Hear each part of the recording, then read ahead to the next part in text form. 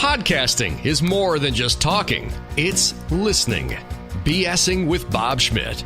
The BS with Bob Schmidt podcast, talking entrepreneurship, business, and marketing. My guest this time is a gentleman that I spoke with a while back when he came out with a new book called The 5-Day Weekend. It's author, contributor to CNBC, Fox News, and ABC, entrepreneur as well. My guest this week is Garrett Gunderson. Garrett, thanks for being on with me this week. You're the CEO of the Wealth Factory and wealthfactory.com. What exactly is the Wealth Factory? Wealth Factory is a firm that's designed to help people get their financial house in order, create economic independence, where they have enough cash flow to cover their basic expenses within 3 to 7 years. And then we help them, if they're a business owner, grow their business and then establish and create the right structure to have a legacy that they live and leave behind. So we take with the really high-end firms that help people with $50 million or more, like the New York-based family offices, and bring that to the rest of the world that normally doesn't have access to that, because we've built a really comprehensive team, give everyone a second opinion on what they're doing. If their existing team's doing a good job, they get a stamp of approval. If something's missing, we can actually implement it and support them. So that's Wealth Factory. So, Garrett, do you believe that everybody could be and can be rich or wealthy? I think it depends on the definition of what rich is or wealthy. So let me make a distinction between the two. The word rich to me means you have a boatload of money. And I guess it's different based upon the perspectives that people have. Where wealthy to me comes with 5 categories. One is, yes, you have your money right and it's in order. It's no longer your primary reason or excuse why you would do or not do something on a daily basis. It's your purpose and making sure that you're living something that you enjoy, that you look forward to, that calls you. Third thing is your mindset, having a wealthy mindset, meaning that you're more in abundance than scarcity. You think more about innovation and ingenuity and problem solving rather than scarcity, which is usually just fear, doubt, and worry. Physical health, that's part of being wealthy, because there's I think it's an African proverb out there that says, a man with his health has 1,000 dreams. A man without has but one, right? Trying to get their health back. And then the last part is social, like relaxation, rejuvenation, recreation. So, finance, purpose, mindset, physical health, and social well-being. To me, that's being wealthy if you have harmony in those 5 areas or depth in those 5 areas. I don't think everyone can be rich based upon the current structures. There's some people that are just born into third world countries and tough circumstances, and they're not going to be multimillionaires unless they somehow get out of that environment. There just isn't the circulation and the money. I think if people are in America, they have a much, much higher likelihood of that. But whether that's what they want or not, I don't know. So I believe everybody has a chance to be wealthy. I think only those that really want to be rich like I have a sister that's a teacher. She's never going to be completely financially rich, although she created a really successful blog, and it kind of gave her this additional, revenue and income. But I definitely consider her wealthy because she loves to teach. She's like one of the most happy, people that I know. She's lost 100 pounds in the last 5 years and really fit. And, they're always doing fun stuff, her and her husband. So I consider her really wealthy. Will she ever be a multi-millionaire? I don't think so. But if she chose to change her profession, she definitely could. So I just want to be really candid about that rich versus wealthy is different, and not everyone is going to be financially, rich. And I don't think everybody wants to be financially wealthy either. Listening to that and listening to what you said about your sister, I believe that a lot of people are probably in that boat, that they love what they do and they want to continue on the path that they're doing. But I believe that everybody's probably 1 or 2 steps away from total devastation. If somebody gets sick, they lose their job, the list goes on, and they basically, I think what we want to do, Garrett, is to set ourselves up so that way we don't have to worry about those, those little things that may be the blip in the road that may derail us from our dreams.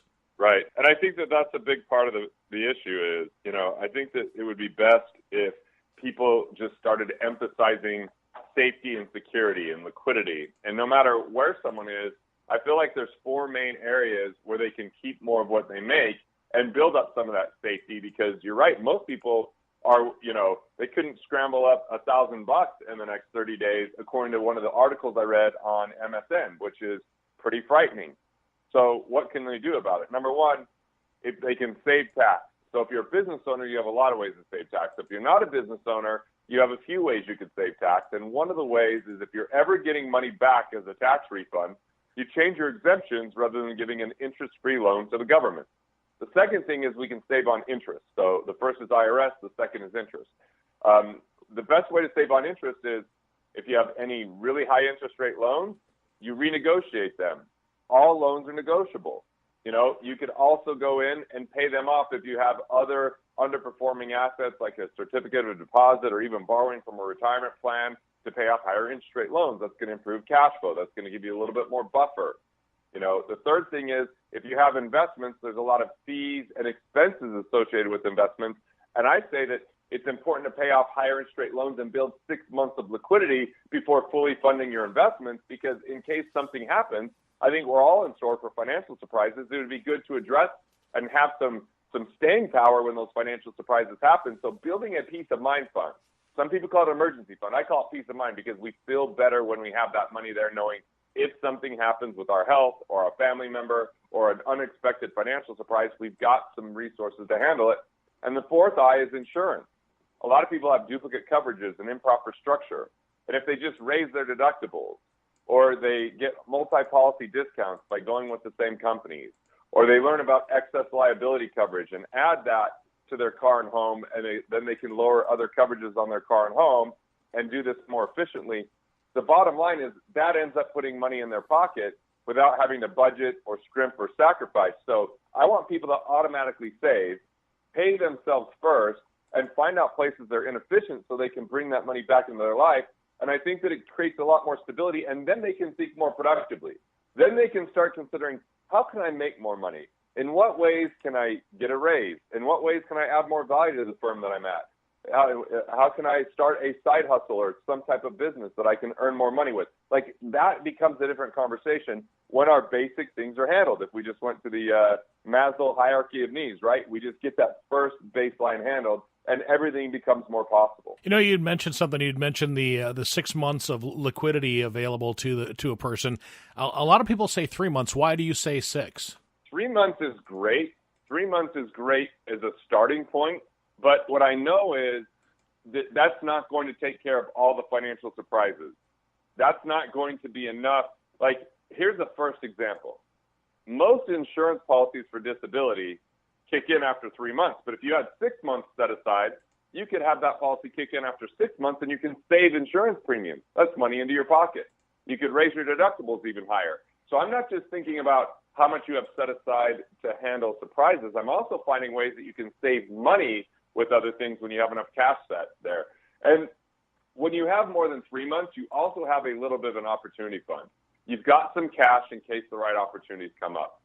And if you ever had to get out of a bad situation with a job or start a business, 3 months isn't enough runway. 6 months is required.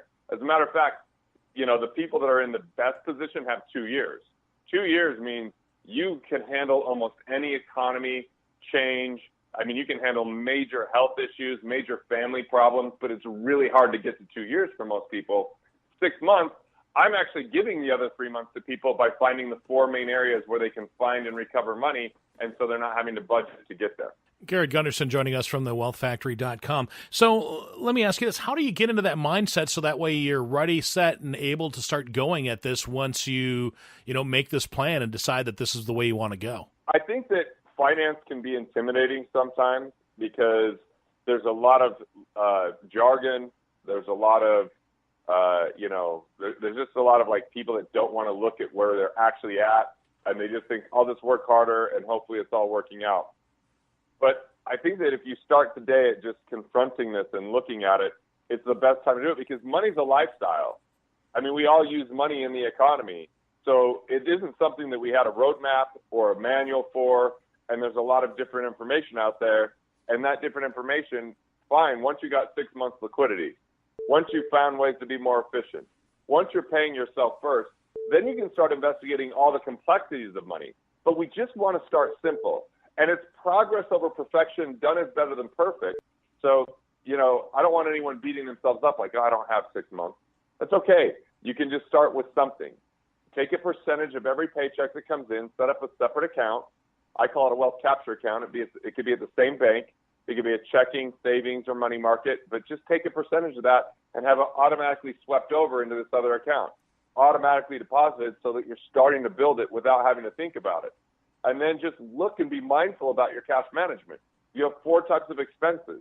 You have one that you want to manage, one that you want to eliminate, one that you want to increase, and one that you need to address. So what are those? The first one that you want to manage is your lifestyle expenses. Just don't borrow to buy something. When you borrow to buy something that doesn't create cash flow or isn't a long-term asset, you put yourself into debt. So just pay cash for your lifestyle. The second thing is the thing to increase is productive expenses. It could be increasing skill set. It could be increasing financial IQ. It could be doing things that are going to get you paid more in the job that you have. Like, where can you make an investment into yourself that it's a productive expense? Business owners could do it by hiring the right employee or putting money into marketing, right? Or building the right infrastructure. The next type of expense is where most people neglect. It's the protective expense. It's having your basic insurances handled to transfer your risk. It's having that 6 months of liquidity so you've got that staying power. It's having basic estate planning so that you have a plan for what happens to your heirs with the money that you have, so it's not fought over, or it's not excessively taxed, or it's not held, it's not exposed to liability. And then finally, the ones to eliminate are destructive expenses. Destructive expenses are borrowing to consume. It's doing things that don't serve us or lead us to a better situation. And, destructive expenses could be recurring things that are showing up on our expense statement that we're not utilizing, but we're not mindful of. So I say mindful cash management because it's not like you have to, micromanage this or budget on a daily basis, but looking at it weekly or monthly to say, hey, did I pay myself first? And with the rest of the money, did I make sure to live within my means? And living within your means doesn't mean cutting back. It may mean expanding your means and investing in yourself. It might be being more efficient in your means and finding that money and bringing it back into your life. Bob, I'm sorry. I'm like going off on these long answers. Hopefully it's okay. I'm not even giving you a chance to interject. I apologize. Garrett, that's all right. That's the show's about you. Basically, when I do a podcast, I try to make my guest be the star of the show. People can listen to me talk anytime they want. So you mentioned a couple of things. You mentioned the cash for your lifestyle. I agree with that. I think that far too many people are using the plastic and stuff for paying for their lifestyle. How do you get somebody on track to start thinking that way, to start using cash rather than pulling out plastic every time? There's a few ways to do it. One is they hit rock bottom and they declare bankruptcy. And some people, unfortunately, that's just the only way that they could learn to do it, right? The second way would be that you actually create a little account, a third account called a living wealthy account. And every time you're paying yourself first, and every time that you're kind of staying on track, you deposit some money in there. I'd say 3% of your overall income that you can spend on whatever you want, so it's not feeling like a diet where you're never getting to enjoy the money that you're earning. And I think some of the reason why people go back to the habit of just borrowing and is because when they have a tough day, when they have a tough week, when they have a tough month, it's like, I need to reward myself. I've been working so hard and I have nothing to show for it. And so a lot of times they'll go spend that money.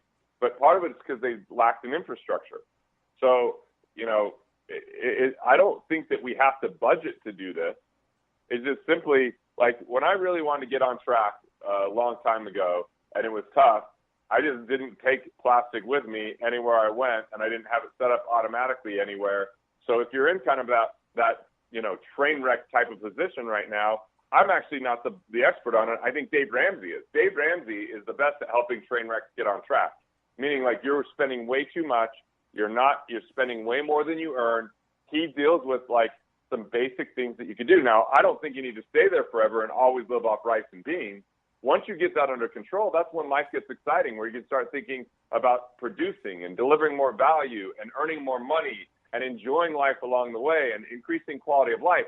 But it's not a good quality of life when you put yourself at risk and you're headed towards a path of destruction, because it's only temporary helping, and then long-term it's creating massive stress and financial decimation. I like that you kind of said put that 3% away for mad money. You also mentioned marketing money. So I know that a lot of small business people listen to a lot of podcasts trying to get better, trying to improve their bottom line. What kind of a budget or how much would you suggest a small business to put toward their marketing? So we don't have a budget in our firm for marketing.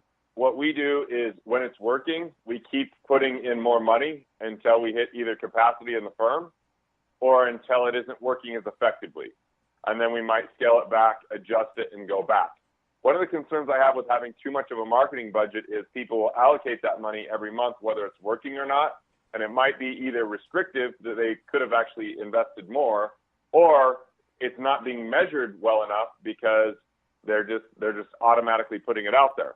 So I've seen firms where they're putting up to like 22, 23% of their marketing, but we also have to define marketing. I feel like customer service is the new marketing. Good customer service might be the very best marketing that every single organization has, but many of them neglect. So that might be considered part of that budget, not just, Facebook ads or direct mail, depending on the type of company that we're talking about, or, other ways that people market. But I always look at it as a productive expense. When we get to a point where the leads generated aren't the right people, then we might scale back on the marketing dollars, or we might go film a new video and do something more high end because it's going to get the price of marketing down. So it's like any other investment. Sure, if you're just starting out, having a percentage that you start with, that's good, but you want to consistently adjust and course correct. And if it's working, increase it. If it's not, decrease or stop it and regroup and regather and then re-strategize. Garrett Gunderson, my guest. The reason that we first talked about 6 months ago was for your new book at the time, your 5-day weekend. I know that a lot of people probably have read 4-Hour Work Week. I like the 4-Hour Work Week tied up with the 5-day weekend. Is that really truly a possibility to kind of do them both? So the way that 5-day weekend outlines everything is, here, let's create a financial structure that covers your lifestyle expenses. That if you didn't go to work, you had your basics handled. You had assets creating cash flow for you. You maybe even had a business that was creating cash flow for you, depending on the type of person you are. And when that cash flow is coming in, even if you don't show up to the office, okay, that's economic independence. Once you're there, now you could say, okay, I got to take 2 days to monitor that, to maintain it, and manage it. Okay, but then you have 5 days to choose what you want to do. You may choose to do more than you were doing before because you're not doing it just in the name of a paycheck. You're not doing it just to scramble to make ends meet. So you have more choice, more freedom, more purpose behind it. So maybe someone feels like they've always had a book that they want to write. Maybe someone else has always wanted to, work on their skills and start offering them somewhere on different websites that are out there, like especially with today when we've got so many sites for graphic artists, or we've got so many sites for artists in general that didn't exist before. So it means that those other 5 days, you're not necessarily sitting on the beach. You may choose some of the time to do that. It's really just that you get to choose and pick what you really want in life without the stress and pressure of providing for your family or yourself or making ends meet or paying bills. So I believe that's possible for everyone within 10 years, but it's a matter of whether you're committed to get there. Because there's no doubt it's a hard, easy path versus an easy, hard.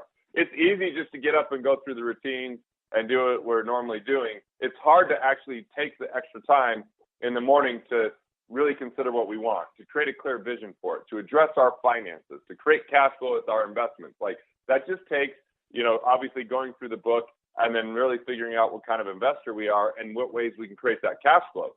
People have done it sooner than 3 years with very little resource, but they're also the madmen that spend 20 hours a week in addition to what they were doing. And so it depends on what level you want to really engage at this. If you want to do it over 10 years, it's something that you can do a little bit on a daily basis without completely disrupting your life. So it all boils down, or is basically cash flow in order to enjoy your 5-day weekend? Yep, because if we don't have that cash flow coming in, a recurring revenue, then each day we're kind of enslaved to making ends meet, paying the bills, handling expenses. So do you think that far too many people are not enjoying their work lives because they're constantly, working for the man, trying to put away a couple of dollars in order to, pay for Netflix this month and to go out to dinner next month and maybe grab a beer or two with a buddy? Well, the articles that are out on it are somewhere between 65 and 72% dissatisfaction or disengagement rate, depending on what statistics we're looking at of people in the workforce. They're either totally disengaged, only doing it because they have to, or they're just dissatisfied because they're not doing what they really want to do. that is a majority of the population right now.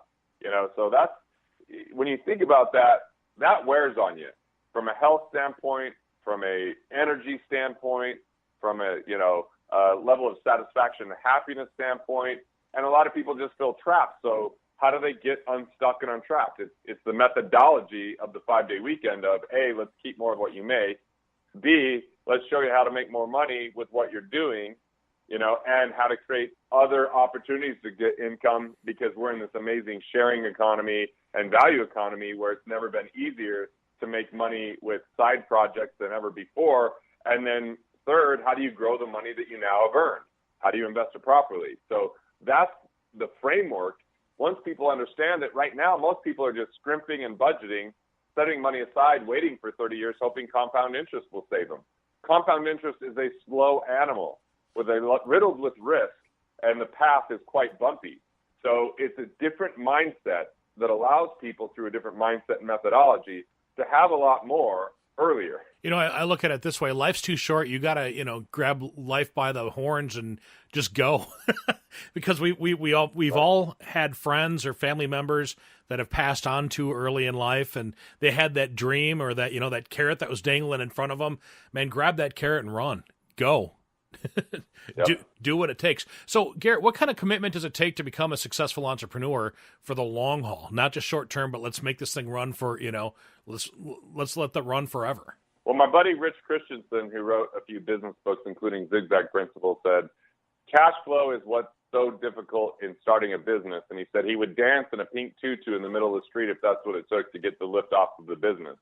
So there's no doubt that being an entrepreneur requires a massive amount of effort up front and work, mainly because you might not be able to afford another employee. So you're the head janitor, you're the head customer service, the head coach, the operations manager. You're kind of wearing a bunch of hats, and it's probably going to take more time than a full-time job.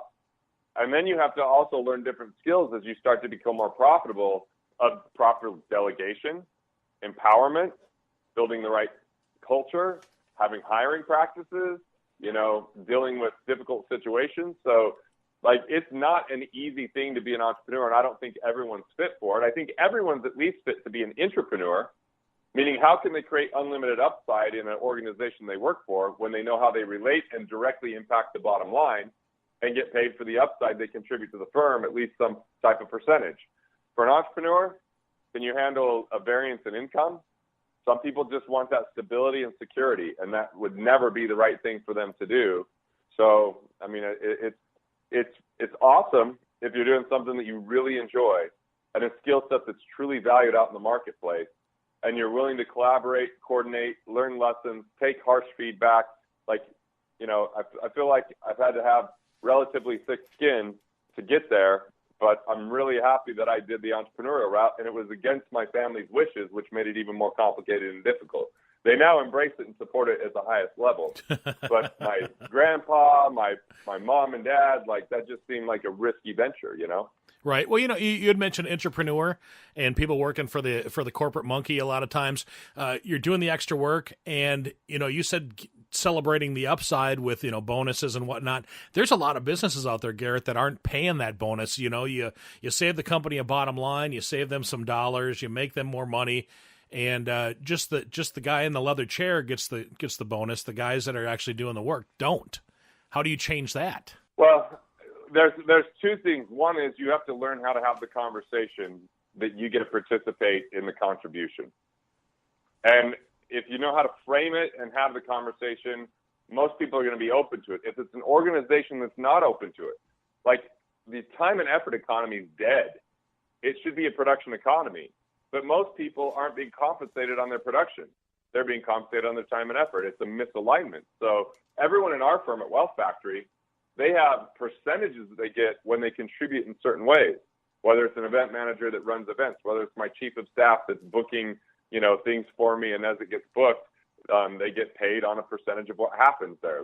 When people get that, now they know what they can do to contribute and make more money, which means they're going to be even more productive in the organization. If an organization is so antiquated that they won't listen to it, you've really got to have that 6 months of expenses set aside, because it might be time to move on in order to move up. And so that is going to happen with some thinking, and you've got to be willing to make that change. Otherwise, you're going to be stuck in an antiquated model that isn't going to reward you for your production. You mentioned the gig economy and the entrepreneur spirit. What do you think is the next big entrepreneur push that's going to be out there? The big entrepreneur push right now is you just see that everybody is moving to this independent contractor structure. So almost everyone that has a full-time job has a part-time business. And so it's becoming even more embraced. But as we start to see technology advance and we see hopes of artificial intelligence, I really feel like we're going to see a whole different entrepreneurial revolution around creativity, connection, and adaptability. Because some of the jobs that were jobs of the present right now are soon going to be relics of the past. But there's going to be more necessary human connection as we move into the next piece. And so we're going to see a more service-based industry that arises in the entrepreneurial communities so that people don't feel alone, so that people feel that they've got someone that they can relate to, connect with, and learn from.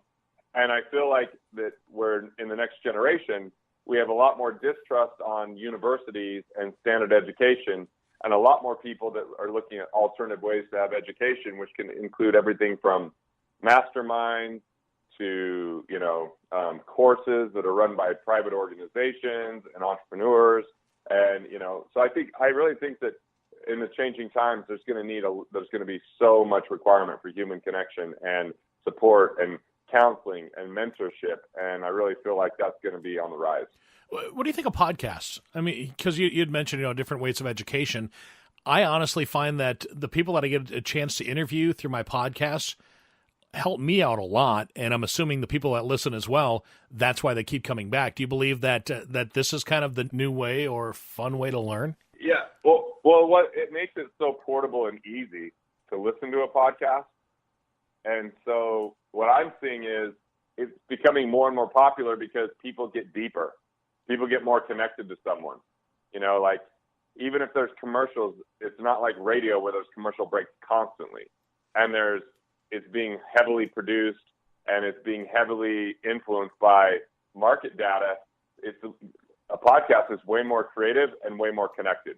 So I think we're seeing a major rise with them, and we'll continue to see that trend. Well, raw and unfiltered, that's kind of the way that they work. We talked a little bit about the 5-day weekend, and you're a co-author of that. It's Freedom to Make Your Life and Work Rich with Purpose. Before we started the interview, you mentioned that you've got a new book that you're working on. Care to spill the beans on that at all? It's called Win Then Play, and I recognize that the methodology I've been using since late 2006, and I only talked to a few of our clients that happen to work with us one-on-one, is something that makes sense to get out to the world, because so many people are absolutely in this playing not to lose mentality of scarcity. So where diversification rules, where they're just, they're scared. And then there's a lot of people that play to win, but at what cost? At the cost of their health, at the cost of their family, where they just feel like they'll do whatever it takes, but they're not even sure if it's a game worth winning because they're adopting society's definition of success. Win then play is how you get paid up front, how you figure out the more precious forms of resources that drive all of financial capital, and where quality of life takes the number one priority in consideration, so success is on your terms, not someone else's. So win and play, I'm really excited about it because, yes, it has some money pieces, and it has some business pieces, but the business pieces are how do you make money with your idea before you spend a single penny? And there's so many examples in society. I mean, I just think that some people think that the wealthy, did they just work harder? No, they had a different methodology, and it's been fairly invisible to people. So I'm ready to release this methodology and share it with people so they can have a lot more success, a lot less risk, and enjoy life more along the way. We should talk about that once it comes out. So should success be had at any cost, Garrett? No, because it's no longer success if it's at any cost. You may accomplish a goal at any cost, but it won't be success. Like I just spoke in Charlotte this week, and while I was there, a guy came up to me and says, I've checked off all the boxes of success. I'm not happy. Right? Climbed the corporate ladder, has a lot of money in the bank, has kids, has a house, has like all the stuff, but doesn't feel fulfilled. So he got there at whatever cost. The cost was his own happiness, which I wouldn't consider success. So it's got to be a game worth winning, and you got to consider if the juice is worth the squeeze. Garrett, and I think we have to be flexible with our time frame. a little leeway or a lot of Not leeway? big time. Okay. A little leeway, and stay fully engaged, but don't be so attached, because we usually overestimate what we can do in short periods of time and underestimate long periods of time. So the key is, we have accountability and some leeway that things will have bumps in the road, we'll have lessons, we'll have to learn from mistakes. But if it's a game worth winning, we'll keep playing the game. Tell me a time when you celebrated failure. I spoke at this event back in 2009, and we went a little bit long, so we didn't get to offer the course that we had been considering developing. I celebrated that we didn't develop the course ahead of time, because even though it didn't work out that night, at least we didn't spend 60 hours of our life trying to do that. So I think that was a celebrated failure. Do you think that's something that a lot of entrepreneurs and business people overlook, is the joys of failure? Not the joys of, but the benefit and the windfall of a failure? I feel like the thing that bonds entrepreneurs to each other more than anything is the scars more than the successes. And so I think that sometimes we're hard on ourselves, and we might not be good at celebrating the wins, but if you're in the right group, it's those failures where you learn the biggest lessons from each other and where you feel the most human and connected. So I think that as we get more mature and learn more lessons, it becomes more valuable. The younger we are, the more painful it can feel. Garrett Gunderson, my guest. Wealth Factory, the name of his business, wealthfactory.com. Garrett, how do we find out more information about the stuff that you've written, the book that you've got in the hopper, and all the other stuff that is Garrett Gunderson? Well, wealthfactory.com/podcast has amazing resources, including downloads of my book at no charge. So it gives you great resources where we can build relationships by improving your financial life. And who knows, maybe we'll be the right firm to help you out. But the bottom line is, I want to impact you more than just the 30 minutes that we talked today. And if you want a copy of my What Would the Rockefellers Do book, you can text 801-503-9667 and put WWRD in the subject line, and I'll send you a download of it right away. The BS with Bob Schmidt podcast is brought to you by Orange Computer. Find them online at orangecomputerlax.com. And by Tri-State Sound and Light. Find them online at tristatesound.com. Tell your story with microcasts by podcastforhire.com. The BS with Bob Schmidt podcast is a Podcast for Hire production.